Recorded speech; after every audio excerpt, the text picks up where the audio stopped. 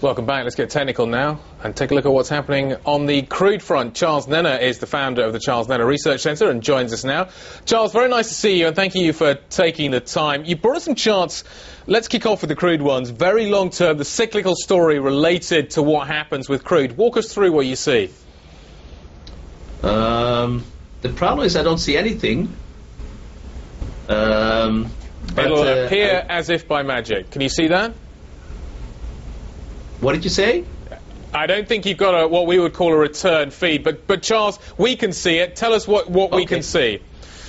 The crude chart, you see the cycle work we do. The assumption is that things don't move at random. It has nothing to do with what happens in the world. We know in advance what's going to happen. So if you look at the crude chart, you see the cycle work that I did found the exact high. At that time, I was still doing the work for Goldman Sachs. And then it came down.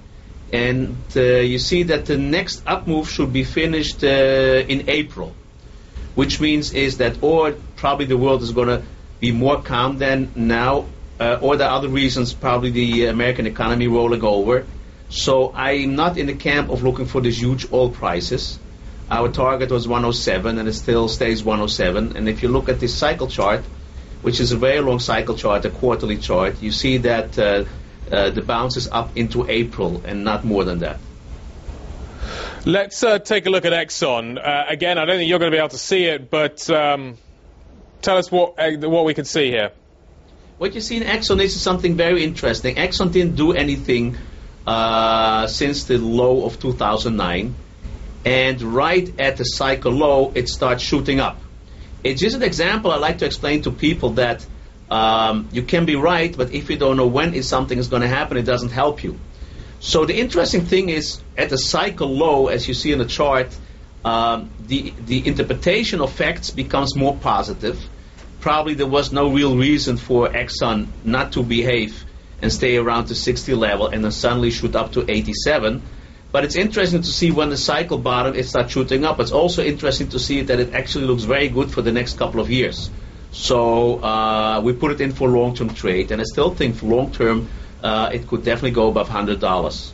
Just one, I'm going to skip a chart here, the employment one. I want to get your take on the bonds. As we see a flash hitting the wires, though it's been on some of the blogs all afternoon, that PIMCO's total return bond fund has dumped all government-related securities, including Treasury. This is a source story for Reuters. What is the long-term picture? You've got U.S. Treasuries from 1870. Tell us where we are within this cycle. It looks fairly dramatic.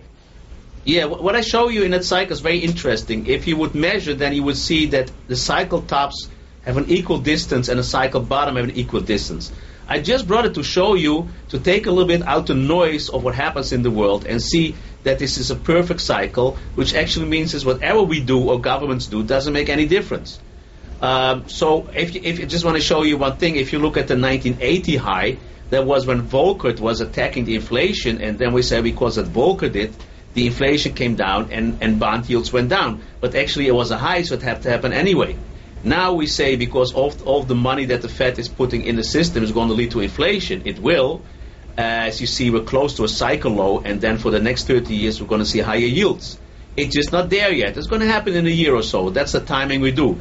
But it's a very interesting cycle, and you see we're right on the level where the yields did form a low. I think we saw the lower yields, and I think for the next 30 years we'll only see higher yields.